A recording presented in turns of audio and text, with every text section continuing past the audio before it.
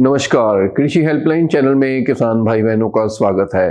आज का हमारा विषय है रबी की फसल पर सर्दी का असर। रबी की फसल पर शुष्क और ठंडी सर्दी के प्रभाव के बारे में जानते हैं। 2021-22 का वर्ष भारतीय कृषि के लिए जलवायु परिवर्तन का वर्ष था। सितंबर 2021 से लेकर जनवरी 2022 तक हर एक महीने में जोरदार बारिश हुई, जिसने मानसून के बाद वाली खरीफ की फसल का नुकसान करने में महत्वपूर्ण भूमिका अदा की। इसके बाद आया मार्च का महीना, जो कि पिछले 122 सालों में सबसे ज्यादा गर्म रहा। मार्च के मध्य के बाद गेहूं की खड़ी फसल, जो कि पकने के लिए तैयार थी, का सबसे ज्यादा नुकसान हुआ। लेकिन 2022-23 इससे अलग रहा। पूरे भारत की बात करें तो नवंबर में बरसात नॉर्मल से 37.4% कम रही। इसके बाद दिसंबर में 14.5% और 1 जनवरी से 22 जनवरी तक 57.5% तक कम रही। भारत के उत्तरी, मध्यस्थ और पश्चिमी क्षेत्र में इसका असर ज्यादा दिखा। यहाँ पर सर्दी की बसंत ऋतु वाली फसलें जैसे गेहूं, सरसों, चना और मसूर,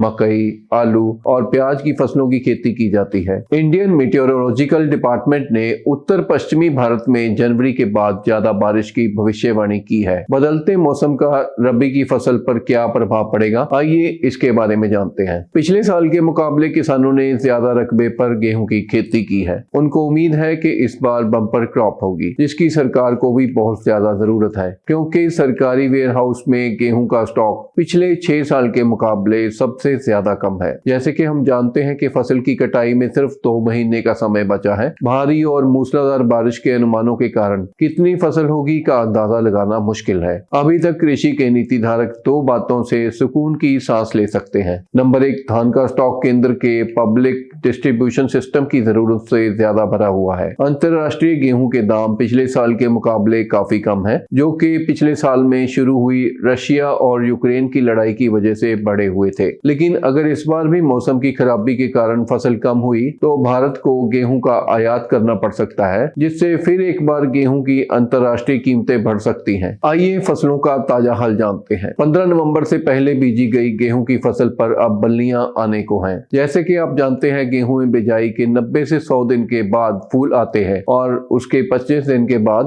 गेहूं में दाना बनना शुरू हो जाता है, जिसको हम मिल्क स्टेज बोलते हैं, और उसके 15 दिन के बाद दाना भर जाता है। Indian agriculture research institute ARI के प्रमुख वैज्ञानिक श्री राजवीर यादव का कहना है कि फसल बहुत ही बढ़िया दिख रही है। धूप से खिला आसमान और रात का कम तापमान दर्शाता है कि गेहूं की अच्छी पैदावार होगी। इस समय होने वाली बारिश गेहूं की नेचुरल नाइट्रोजन की कमी को पूरा करेगी। हरियाणा के पानीपत जिले के उरलाना खुर्द गांव के किसान प्रीतम सिंह का कहना है कि हल्की मूसलाधार बारिश तकरीबन 1 एकड़ में 15 किलो यूरिया डालने के बराबर है। बारिश का पानी पत्तों के ऊपर जमी सारी मिट्टी, धूल और प्रदूषण को खत्म कर देगा, और यह धरती के पानी से कहीं ज्यादा बढ़िया है, जिसमें कई तरह के लवण और दूषित पदार्थ होते हैं। इससे भी आगे यह सिंचाई का खर्चा कम करेगा। गेहूं को 4 सिंचाई चाहिए होती है, और अगर बारिश नहीं होती तो इसको 5 से 6 सिंचाई की आवश्यकता होती है। 1 एकड़ में सिंचाई के लिए 5 घंटे लगते हैं और प्रति घंटा 1 से 1.5 लीटर डीजल की खपत होती है, और हर 1 एकड़ में सिंचाई के लिए 5 से 7.5 लीटर डीजल की खपत हो जाती है। आइए अब सरसों की बात करते हैं। इस बार किसानों ने सबसे ज्यादा रकबे में सरसों की खेती की है,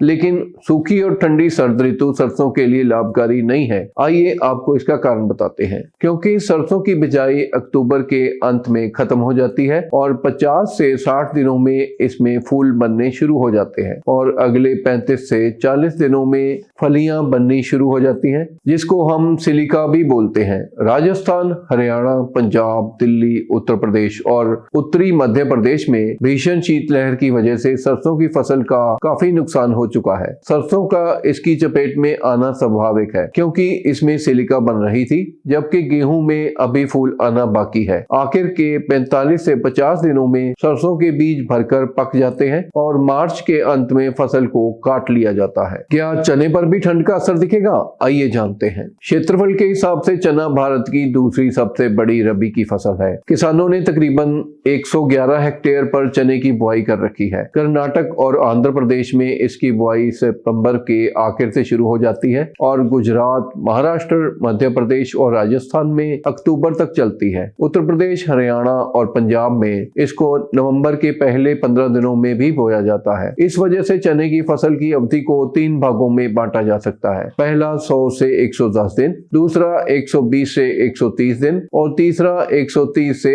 140 दिन। अभी तक ठंड से कोई नुकसान नहीं है। जनवरी के अंत में और फरवरी के शुरू में इसमें फूल बनने शुरू हो जाएंगे और उसके 25 से 30 दिन बाद फलियां बननी शुरू हो जाएंगी। फसल की हालत अच्छी है। इस समय बारिश होने से काफी मदद रहेगी। यह कहना है IARI के प्रिंसिपल साइंटिस्ट और चना ब्रीडर डॉक्टर शैलेश त्रिपाठी का। आशा करते हैं कि मौसम किसानों के लिए खुशगवार रहेगा और किसानों को बम्पर फसल मिले और अच्छा प्रॉफिट हो। इसी उम्मीद के साथ आपसे विदा लेते हैं। अगली वीडियो में नई जानकारी के साथ फिर हाजिर होंगे। तब तक के लिए आज्ञा दीजिए। धन्यवाद।